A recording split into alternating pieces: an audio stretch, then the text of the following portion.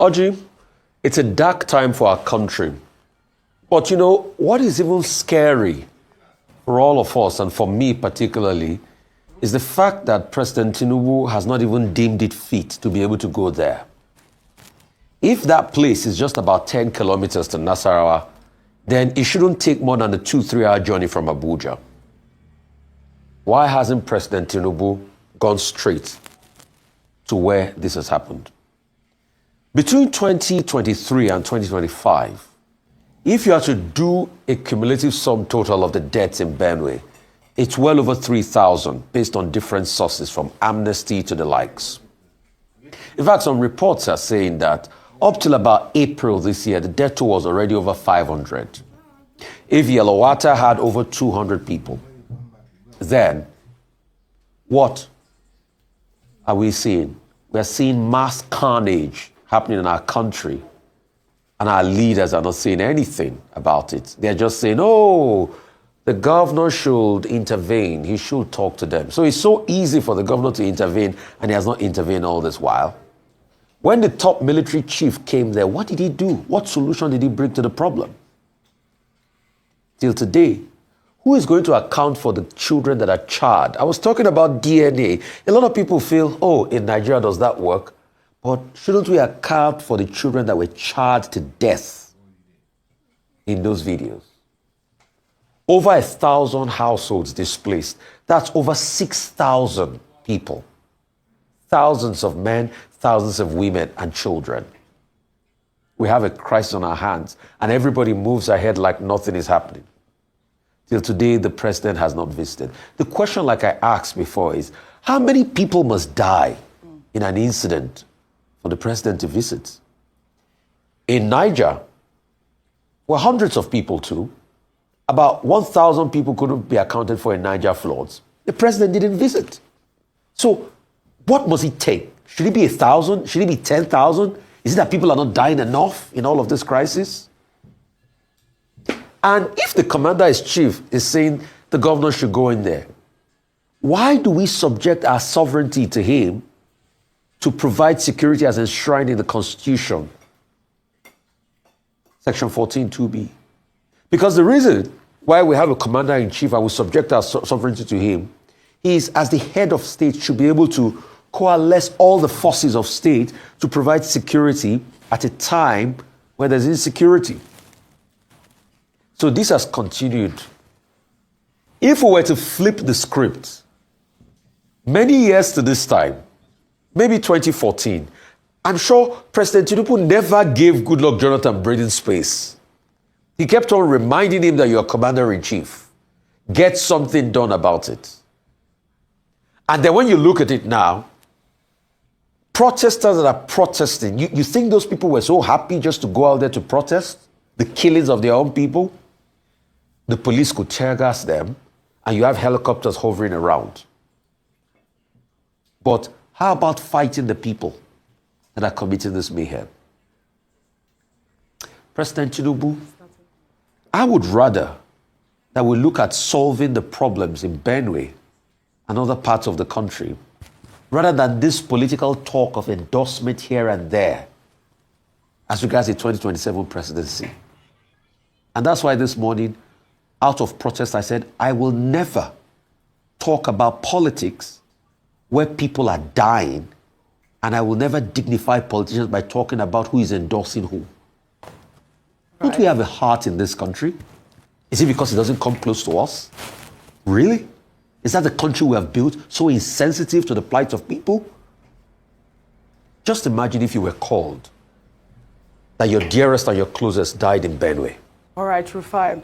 Meanwhile, let's begin what's trending in Benue State, where over 100 people, including women and children, were killed in an overnight attack by gunmen in Yellowater and Daudu communities in Guma local government area.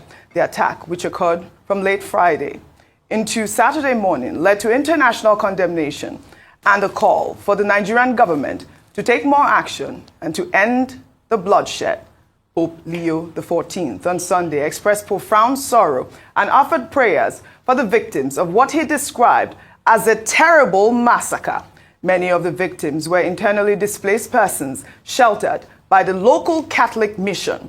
The Pope called for security, justice, and peace in Nigeria.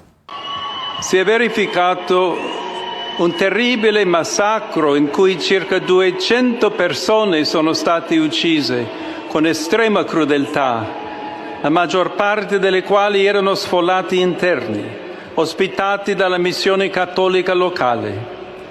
Prego affinché la sicurezza, la giustizia e la pace prevalgano in Nigeria, paese amato e così colpito da varie forme di violenza. E prego in modo particolare per le comunità cristiane rurali dello Stato di Benue, che incessantemente sono stati vittime della violenza. Well, the police on Sunday used tear gas to disperse young people who trooped out in protest over the killings. The protesters carried leaves, banners, and placards demanding federal government intervention. Let's take a look.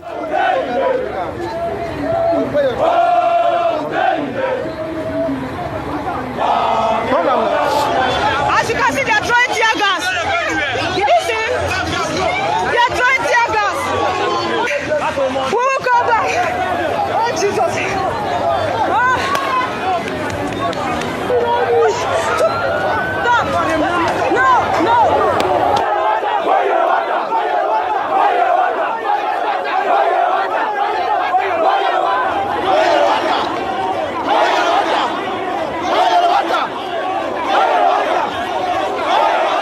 Police fired tear gas at these defenseless Nigerians protesting their rights. I mean, they had leaves, they had banners, they had no guns, no weapons. But I believe the Commissioner of Police said that the Inspector General of Police has taken over security operations in the state and has deployed special forces to address the situation, assuring residents that the authorities are in control and making arrests.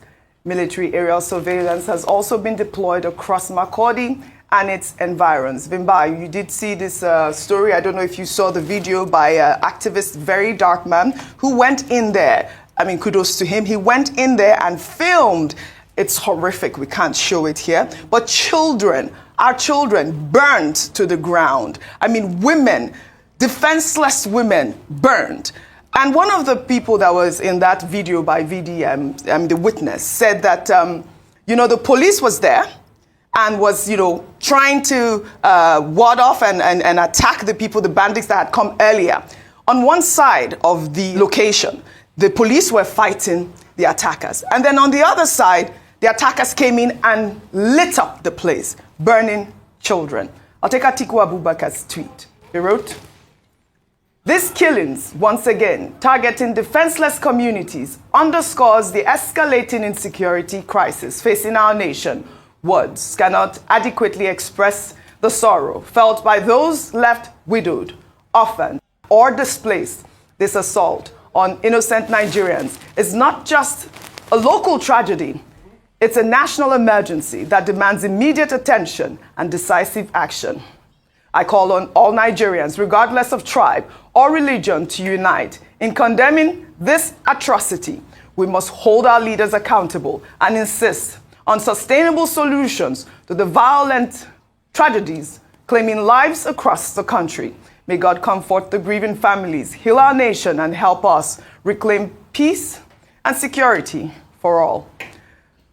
The Christian Association of Nigeria and the 19 northern states and the Federal Capital Territory has called on President Bola Ahmed Tinubu to declare total war on criminal elements terrorizing communities in Benue State. Northern Can, in a statement, condemned the persistent attacks and expressed concern that the security situation seems to be worsening despite earlier efforts. They urged President Tinubu to take decisive action, direct security agencies to neutralize the threat within a clear time frame, and even seek international assistance if necessary. The association also called for decisive action against the resurgence of Boko Haram terrorists in Borno State, emphasizing that the nation's sovereignty and the safety of its citizens depend on a robust response from all security apparatus. They further urged the people of Benue to unite and cooperate with security agencies to end the bloodshed.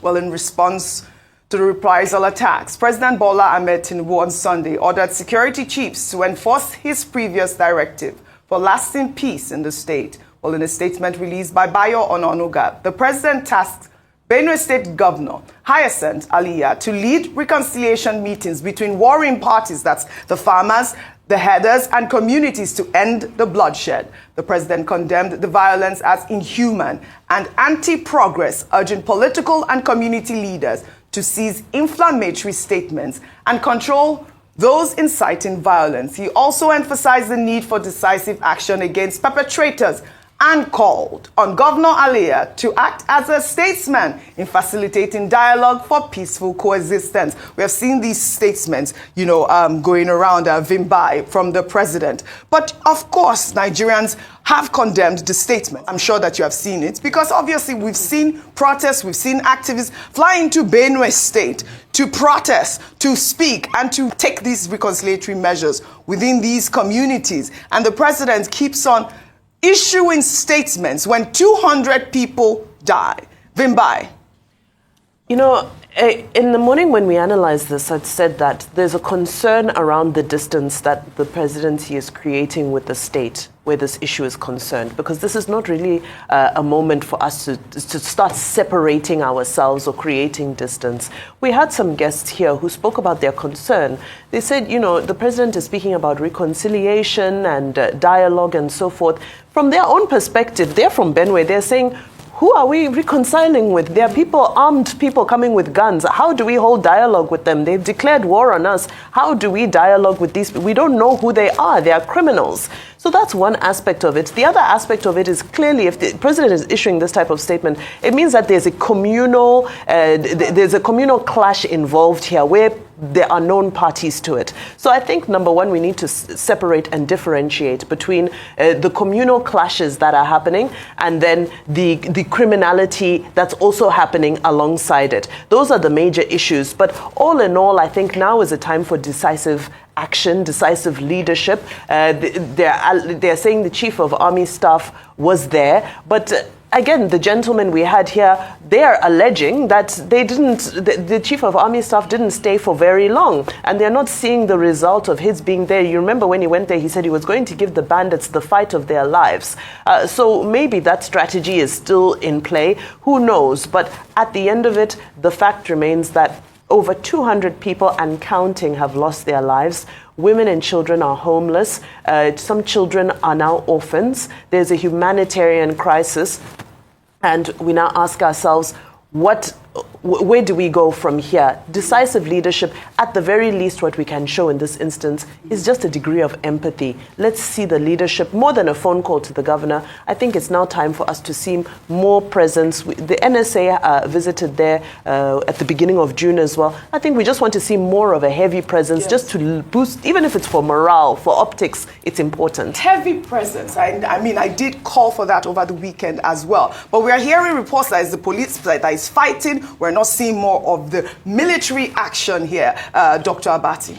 Okay, 270 persons died in 10 local government areas of Benue State, prompting the Chief of Army Staff to relocate to Benue first week of June, and then he left.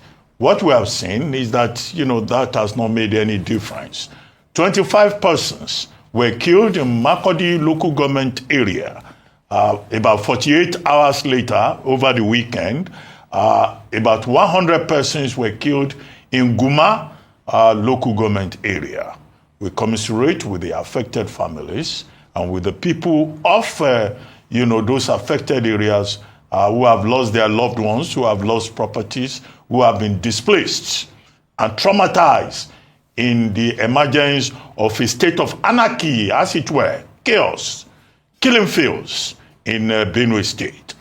Now, I think that the Pope has done well by calling for security, peace, and justice. And that is a reminder that what is happening either in Benue State or in Borno State has an international dimension, because we're part of a global human community. And anything that happens in Nigeria, will reverberate throughout the world. Northern Can says these criminal elements should be brought to book. We agree with them.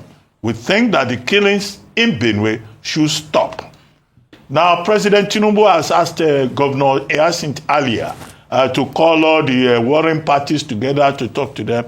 The guest that was with us in the studio earlier on, Mr. Madaki, said, how would the governor even know who these people are? That the responsibility is for the federal government to deploy every possible resource to check the reign of criminality, the impunity that is abroad in Benue state. Finally, government, whether state or federal, has a responsibility to ensure the safety of Nigerians. I said earlier on, Section 14, 2A, sub 2A, talks about the sovereignty belonging to the Nigerian people. It reiterates it, which means that this country called Nigeria, the people are the most important element.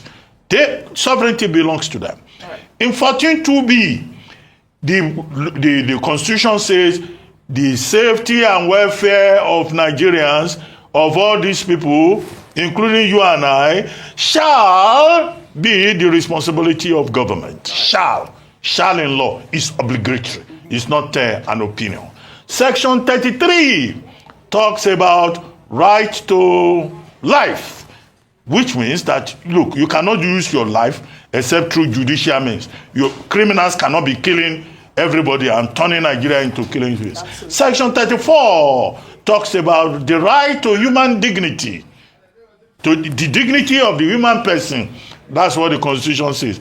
Now, all of these rights are being violated. And that's why I think that the president should see this as a matter of urgent national importance and ensure that people are safe in Benue, Absolutely. They are safe in the Northeast, they are safe even here in Lagos, everywhere. Well said. And where is that your village? Even in Cross River State. Odukpani. Well said. Yes, everywhere. Really sad and incident. Even Mukwata.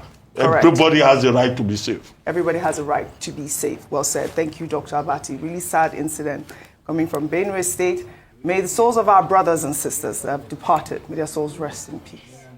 We'll take another story now. Well, tensions flared at a high-level meeting of All Progressives Congress stakeholders in the Northeast on Sunday after a perceived slight against Vice President Kashim Shettima triggered outrage among party loyalists. Trouble began when Mustafa Saliu, the APC's national vice chairman, Northeast, publicly endorsed President Bola Ahmed Tinubu for a second term. However, in his address, Saliu made no mention of Vice President Kashim Shettima himself, a prominent son of the Northeast.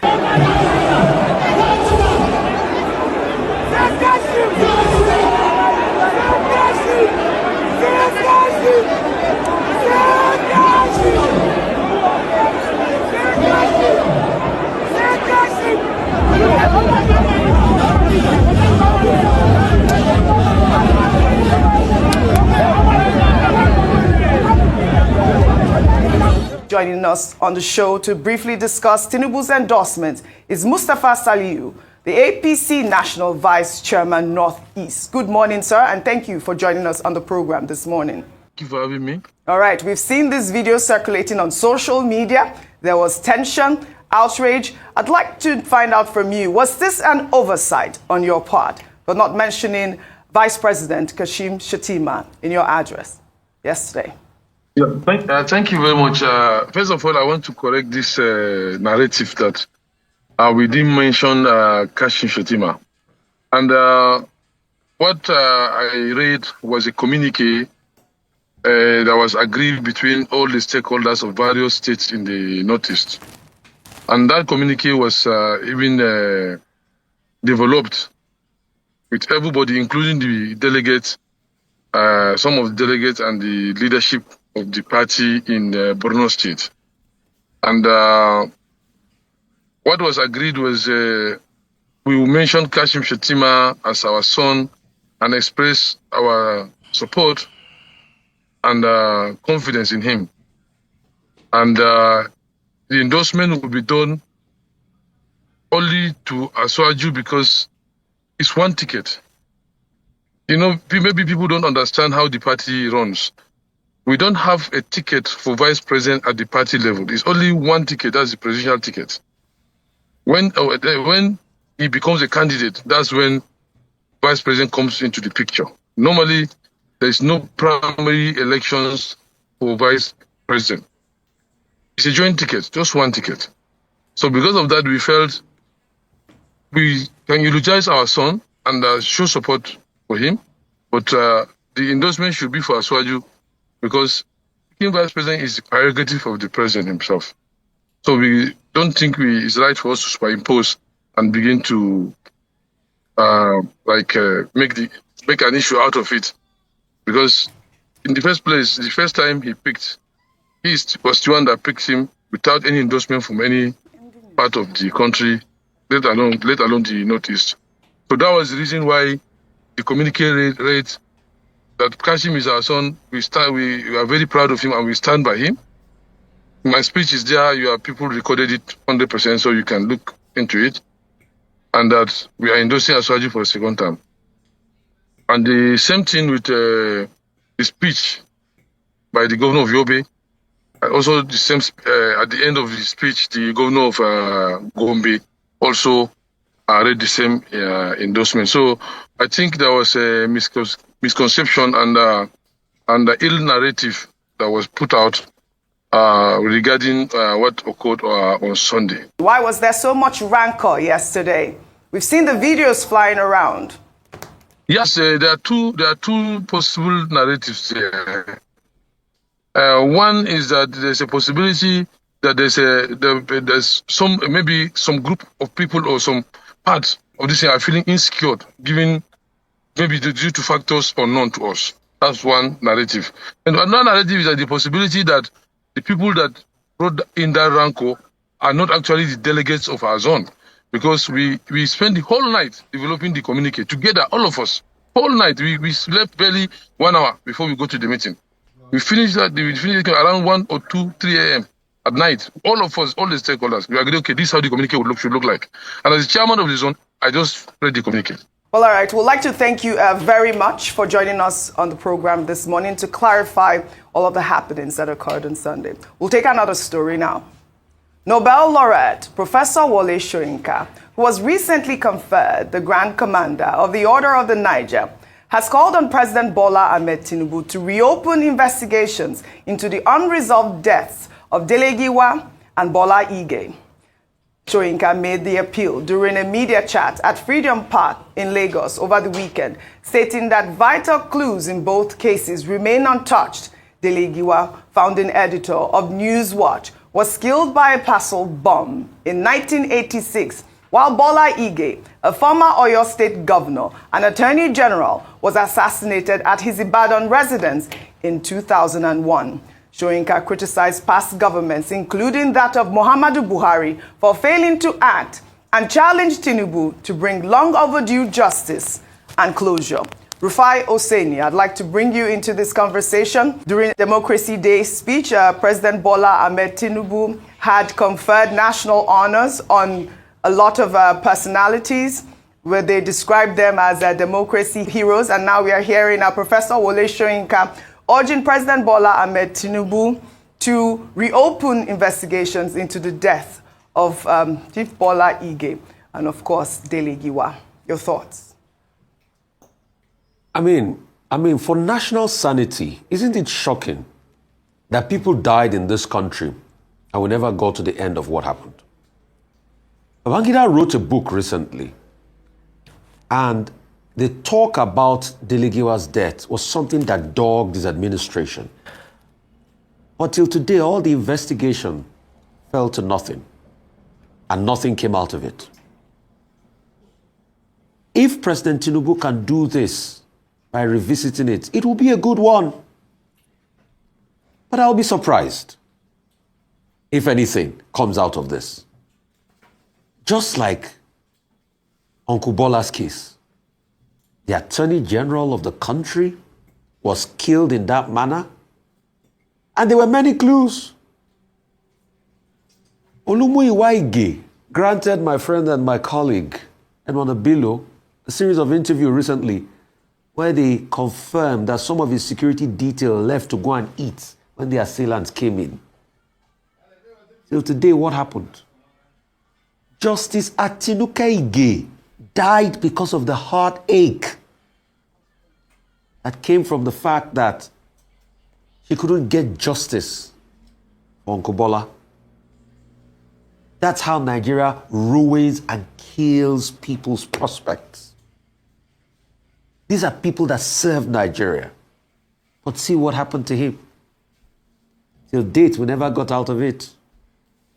We remember, that was the case, the case that brought Festus Keyamo to the limelight. We remember the case of Frayo and some other participants there. Till date, nothing has come out of that case. I will be surprised if anything comes out of it this time around. But we'd like to give President Tinubu benefit of doubt. Look at this case and these cases, Bola Ige and Delegiwa, because Nigerians deserve to know what truly happened. We need to be able to look deeply into what happened. We shouldn't just die like that. All right. But on the flip side of it, all right, those that died in NSAS, have we been able to acknowledge that they died in the first place? Those that were hurt as a result of NSAS, have we been able to acknowledge they were hurt in the first place? Nigeria has now become a country where injustice takes a high seat on the pedestal and where justice is relegated to subterranean levels. All right, Rufai. For our country. I hope something will come out of it. It's not today we'll be making this plea. Dr. Abati, a quick comment. Okay, look, we're dealing with unresolved murders here, unresolved assassinations. Delegiwa was killed via a parcel bomb. The mystery remains unresolved. Newspapers kept saying, who killed Delegiwa for a very long time. October 19, 1986. This is 2025. It's not been resolved. Chief Bola Ige was killed in his own home on December 23, 2001. Till date, we have not been able to resolve it. So Professor Wole Soyinka is right to say that, look, there's this thing they call on television that we see, cold case files, whereby in some other jurisdictions where murder is involved, they reopen the code file and they get to the bottom of it. Now, it's not just Bola Ige and Delegiwa whose murders have not been resolved.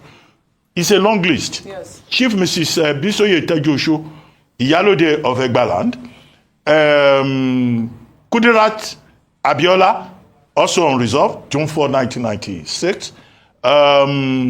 Toyin Onogorua, Dr. Onogorua's son, Funshaw Williams, Masha Hari, Alfred Rewane, quite a long list. Mohammed Shua, I can go on and on. Bagada Kauto, quite a long list. Don't let me waste your time by giving the entire list. All these are unresolved cases of assassination in Nigeria. And you cannot have a country where people will be assassinated by criminal elements and then we will just continue with life as usual. Well said. And again, we'll say congratulations to Professor Wole Soyinka, and he's continuing to speak, even at 90 years old. We'll take our story under milestone now.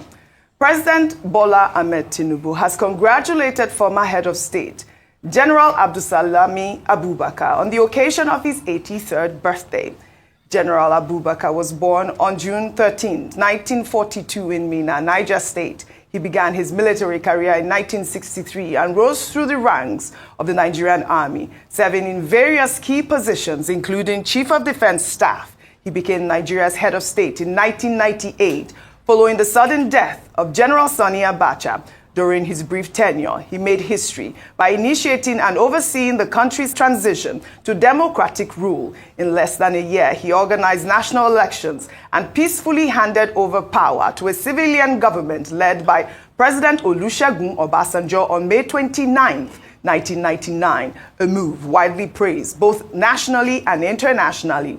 Since his retirement, General Abubakar has become a leading figure in conflict resolution and democracy promotion in Africa. He chairs the National Peace Committee, which has played crucial roles in ensuring peaceful elections in Nigeria. He is also involved in various international peace-building missions and has received multiple national and global honors for his leadership and commitment to democratic values. President Tinubu described him as a patriot of uncommon integrity whose service inspires generations of Nigerians in public life.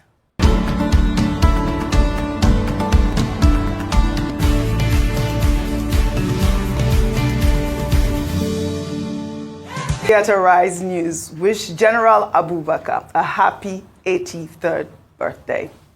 We'll take our good news report now, highlighting the positive initiative by the Dangote refinery. Effective August 15th, 2025, Dangote Petroleum Refinery will commence nationwide distribution of premium motor spirit and diesel, offering free logistics to enhance its distribution network.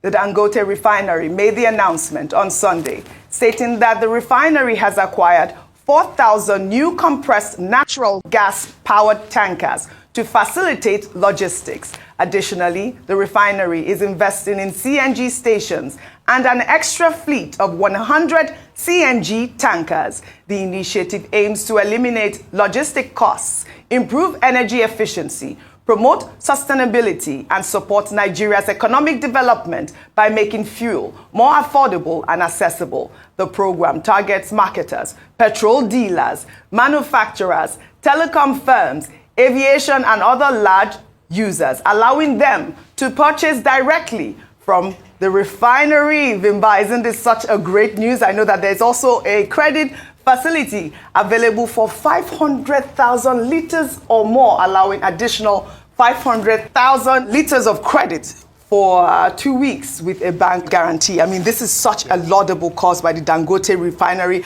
allowing this sort of, purchase, and the free logistics really is what they need at this point for these marketers. And it certainly is. I know we don't have a lot of time, but it's just, we always hear about protests when it comes to the logistics. We always hear about squabbles here and there. So for seamless, execution of the value chain, and this is the only natural thing for Dangote Group to do next. So we congratulate them, wish them all the best, and hope they can continue to maintain low prices. Low prices, that's really the main point. Well, fantastic. Kudos to Alhaji Aliko Dangote. I wish we had more time on What's Trending today. I'd love to thank you all for your great analysis, as always, on What's Trending.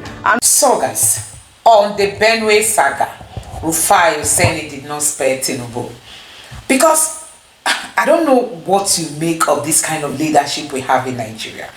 So, leadership will always remain the main problem of Nigeria forever. Can you imagine this kind of lack of empathy? Benue State has suffered this over and over. Each time there is this fight, Tinubu keeps silent. It is the Pope that was now praying, remembering Benue State. Can you imagine? Tinubu did not say, Pim. Is it that these Fulanis are hypnotizing our leaders? Is it that these Fulanis are using juju on Nigerian leaders? That something of this magnitude to be happening, people will refuse to talk. People are scared to talk. This should really worry people. I mean, this should worry Nigerians. Now, I'm in front of a guy who said he lost 20 family members. 20 family members in one night. He lost 20 family members in one night. 11 in this room, 8 in the other, all gone. Can you imagine? Can you imagine?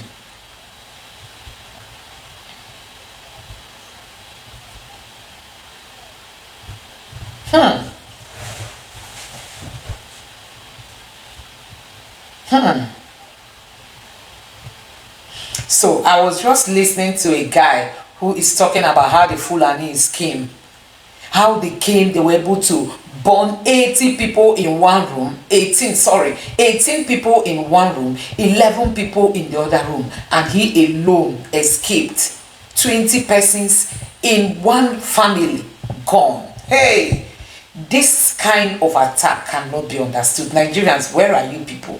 This calls for national protest. National protest. Nigerians must come out and protest. Nigerians must come out and protest. How come we have leaders who do not even care? How come we have leaders?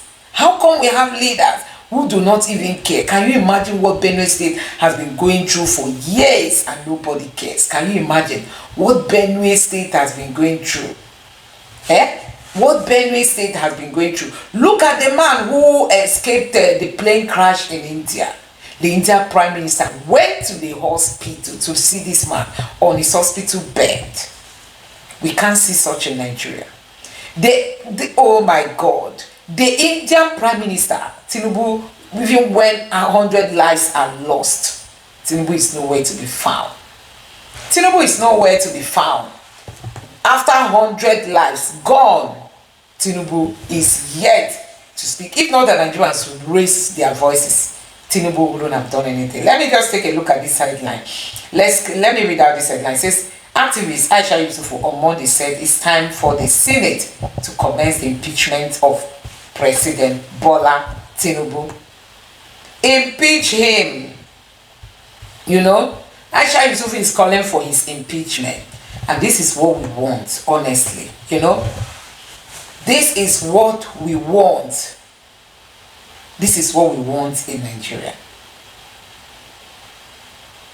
This is what we want in Nigeria. Nigerians must storm the street to tell Tinubu that we are not happy with what is happening. You know? Now he has come out to say he will be going to Benue on Wednesday. This Tinubu, so insensitive. Emilocom, it's your time when you can't take care of Nigerians. You know? Now, let's take a look at what the Sultan of Sokoto, because he likes keeping quiet in matters like this, but he has come out to speak. For how long will such senseless killing continue to occur on Nigerian soil? Why has it remained so difficult for security agencies to prevent such catastrophic occurrences on our national lives? Sultan of Sokoto has experienced concern over crime. Has he ever called his people to order? Have you ever called your people to order? That's the question. The Sultan of Sokoto, have you ever called your people, you know, your people to order? Have you ever called your people to order? Now he's coming to talk. I don't know where these leaders, honestly. I don't know what is happening in Nigeria today. Okay, I wanted to write, because I'm tweeting, I'm responding to that distance. I wanted to write, have you ever called your people to order? That's the question. You know, that's the question Nigerians should. Now, David Marks, a Benue residents will resort to self-defense if government fails to end. Where Benue politicians are also the wicked, from their governors to their current politicians, the past politicians, and all of them. They have really shown that, see, there's nothing, they have nothing to offer the people. Anyway, guys, let me know what you think about this. Thank you.